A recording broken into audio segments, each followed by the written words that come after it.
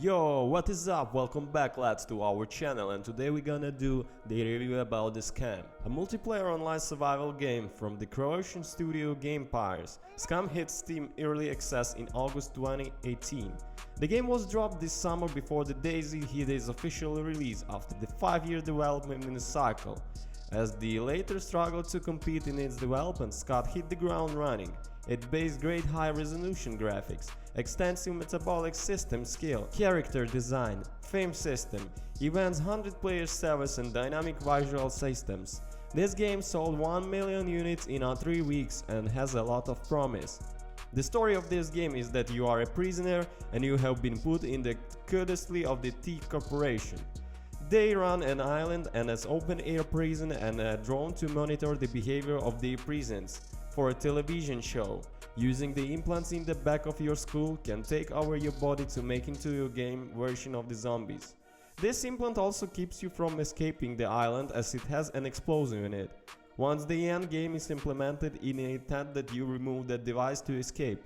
Populating this island are zombies, explosive vest-equipped zombies, 20-foot tall heavy armed robots, various animals, and other prisoners.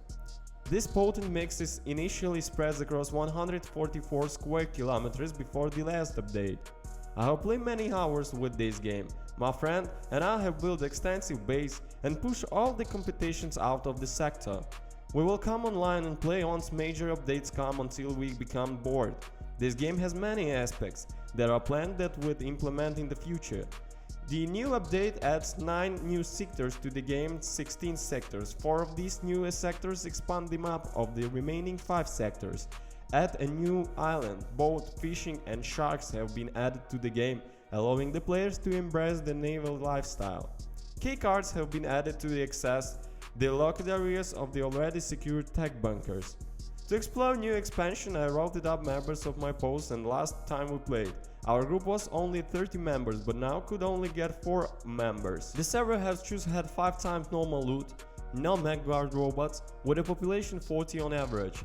This has only slowed down our progress a bit. In this iteration, I initially started on the new island. This new version changed the nights and the darkness. Now the depths of bunkers are dark enough to require flashlight, torch or night goggles, and moonless nights are pitch black. Spawning to the southeastern side of the new land, I got the experience in the new dock. I made my way to the nearest bunker to get some gear. Fighting the zombies guard the base, I was able to pick up a pair of night vision goggles. Rather than gamble with my game gear, moved off the dark and headed northwest. I made my way to the sunrose to greet it with the stunning visor of the world of Scum. The natural terrain is fully rendered with the trees drawn in a great distance. Adding to this terrain is a newly revamped web system that generates clouds and weather cycles. A dry day may bring high spotty clouds, and a storm will bring new heavy clouds, moving in the tune with the wind. The wind will affect the sea state and the dynamics at the oceans. Coordinating with my friends, I arranged to meet with them a new point of interest, an abandoned weapons factory in a normal server. This location will be crawling with the robots, but in this server it was empty that maintains. I was able to loot to his counter. Once my friend arrived, we set about to make a base. We tried out the new base building mechanics that replace the previous walls with a set of walls that can be upgraded to increase their toughness. Once we built a wall around building, we logged off for the night. In the next session of play, we found out that our location was not okay, per server rules. We gathered up on loot and headed up an exos. Wandering the countryside, we decided the lack of the building outside of the point interest of the southern island. Knowing this to be a problem, we headed back to the main island. Once we found an empty build with some distance from the other base, we set to build a base again. This base provided us a location to send our teams to loot. We were able to build a boat, but found the sailing system to be tough to the master. One of our team members was killed by a shark while out exploring on the boat. Other players are the most patient adversary in the game. We would often run into the players and having varied experience. If we found a player looting in the wind and we had the weapons and numbers advantage, our group would hunt them down of fame and fortune. It will find yourself in an even much depressing on your situation. You might choose not to engage as draw to the our presence of the players, to risk our gear. We attempted many times to take captives, but the player base would choose to fight us even at disadvantage or commit suicide. We found out the severe role players who spent their time in the safe zones, engaging their fantasies. One player going to the Montclair Meat Man spent his time running a restaurant with a dinner service that he announced on the population. We traveled to the restaurant with a tractor, folding parking, indoor and outdoor dining area, and bar games in front of the target with a spear provided by the establishment. Due to our proximity to certain loot spawns, we have begun role-playing as alcohol merchant as well.